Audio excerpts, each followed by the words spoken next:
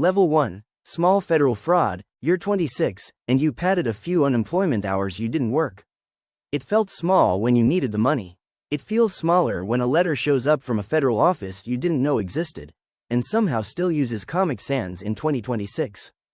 The letter isn't dramatic, no sirens, no agents kicking down doors, just a polite, "Meet Rachel Donnelly, junior analyst, 40 case files on her desk this month, and yours is wedged between a stapler and a half-eaten granola bar." She's not building a task force. She's clicking compare on a spreadsheet. 15 minutes. That's all it takes her to cross-reference your claim against payroll records, less time than her lunch break, which, to be fair, she also spends at this desk. Forwards it, and moves on to name 41. Months later you get a second letter. Pay it back, plus a penalty, and this all quietly goes away. The lesson of Level 1 nobody tells you: the bureau's smallest, most bored attention is still attention. Level 2. You're 29. One stolen identity became 3, then 11, and each new one felt like proof the system was exactly as flimsy as the first one suggested. You tell yourself the credit card companies will barely notice. They will notice. They have a whole floor for this. Meet Agent Marcus Ibrahim, who does something Rachel's job never required: connecting dots.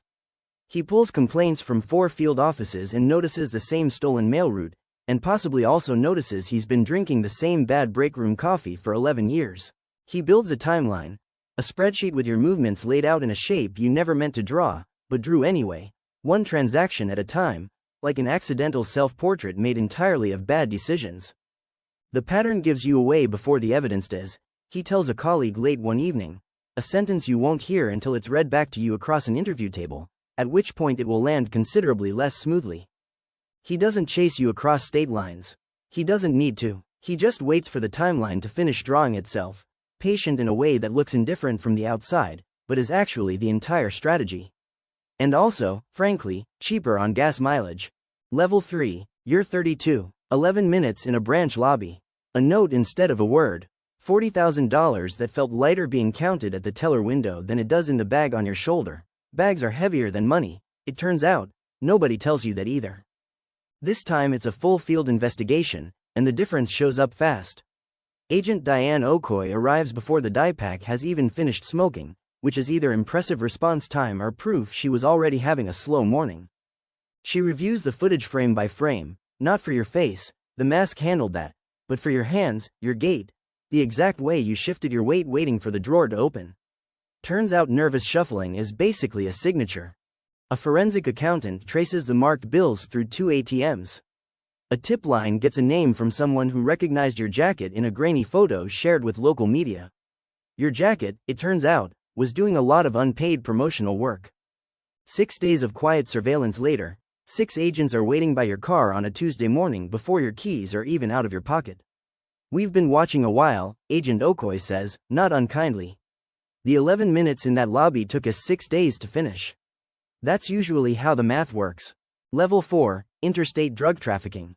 You're 36. What started as a local supply route now crosses 4 state lines, through contacts you inherited rather than built, a network bigger than you understand, even from inside it. You tell yourself you're just the driver. Middle management always thinks that. Enter Agent Patricia Wren, who runs a task force out of a regional office and talks to 3 other states before her first coffee. She doesn't focus on you. She maps the whole network, like a very committed, very underpaid architect. Months of subpoenas, shell accounts, and truck stop surveillance footage that yields nothing, until, occasionally, it yields everything. Somewhere a very tired analyst has watched more parking lot footage than actual television this year. A wiretap, approved after months of paperwork, starts recording calls on a phone you thought was clean. You're not the target, you're one of 19 names on it. "We don't go after the driver first," Agent Wren tells a junior agent. "We go after the map. The driver's just one line on it. 19 names. One coordinated morning. 6 simultaneous knocks on 6 simultaneous doors, timed so nobody has a chance to warn anybody else. The least fun surprise party in 4 states. Level 5. Kidnapping. You're 40. A ransom demand, a missing person, and a case that suddenly moves at a speed nothing before it has moved it, because kidnapping runs on a clock nothing else in this list does. Crisis negotiator Agent Thomas Reyes is on scene within the hour. Cell tower data is subpoenaed within 1 hour, financial accounts flagged within 2.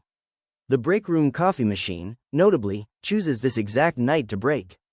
Reyes spends part of that first night with the victim's family, not for comfort's sake alone, but because trust with them is operationally necessary.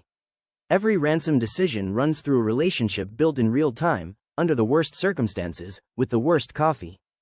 You picked a clever, public ransom drop with lots of cameras. It was not clever. Technicians review footage from 11 angles before you finish walking back to your car. Turns out, too many cameras cuts both ways. You picked a clever, public ransom drop with lots of cameras.